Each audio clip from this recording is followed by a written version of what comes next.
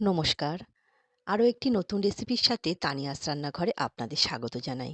দুপুরে খাবারে কি আয়োজন রেখেছিলাম চলুন আপনাদের সঙ্গে শেয়ার করি।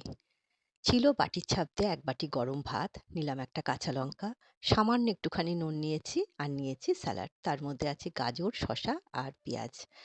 ডালের সাথে খাওয়ার জন্য নিয়েছিলাম বরবটি ভাজা, ১ টুকরো পাতিলেবু নিলাম, মুগ ডাল আর মুসুরির ডাল একসাথে করেই করেছি।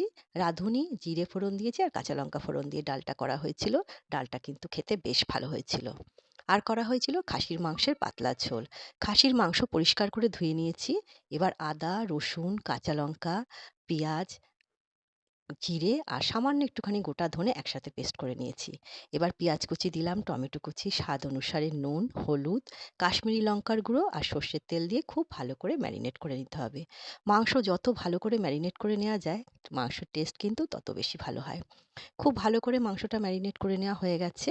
এবার আমি গ্যাস ওভেন অন করে একটা প্রেসার কুকার বসিয়ে দিয়েছি। আজকে রান্নাটা আমি প্রেসার কুকারেই করব। সর্ষের তেল দিয়েছিলাম, তেলটা গরম হয়ে গেছে। তার মধ্যে কিছু পেঁয়াজ কেটে রেখেছিলাম, সেটা দিয়ে পেঁয়াজটা আমি ভেজে নিচ্ছি। পেঁয়াজটা লাল করে ভেজে নেওয়া হয়ে গেছে। এবার মাংসটা আমি এর মধ্যে দিয়ে দেবো। মাংসটা এর মধ্যে দিয়ে আমি খুব ভালো করে মাংসটা প্রেসার কুকারের মধ্যেই কষিয়ে নেব। সমস্ত কিছু খুব ভালো করে মিশিয়ে নিচ্ছি। নিয়ে গ্যাসের ফ্লেম মিডিয়ামে রেখেই আমি মাংসটা কষিয়ে নিচ্ছি।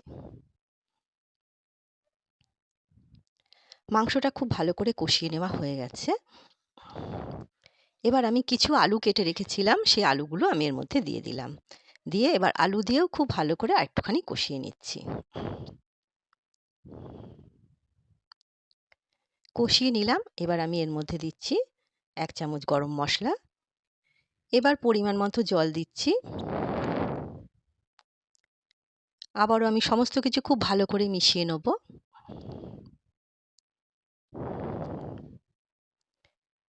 এবার প্রেসার কুকার বন্ধ করে ৬টা থেকে ৭খানা সিটি দেবো, দিয়ে রান্নাটা করে নিচ্ছি।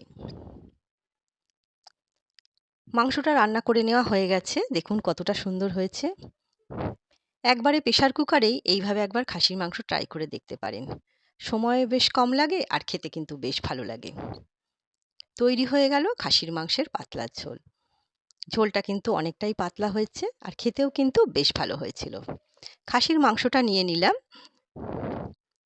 রেসিপিটা কিন্তু বেশ ভালো, সময় কম লাগার জন্যে কিন্তু খুবই ভালো। আর ১ গ্লাস জল তো আছেই। আজকের দুপুরের এই ছোট্ট আয়োজন আপনাদের কেমন লাগলো? ছোট্ট একটা কমেন্ট করে অবশ্যই জানাবেন। সবাই সুস্থ থাকবেন, ভালো থাকবেন।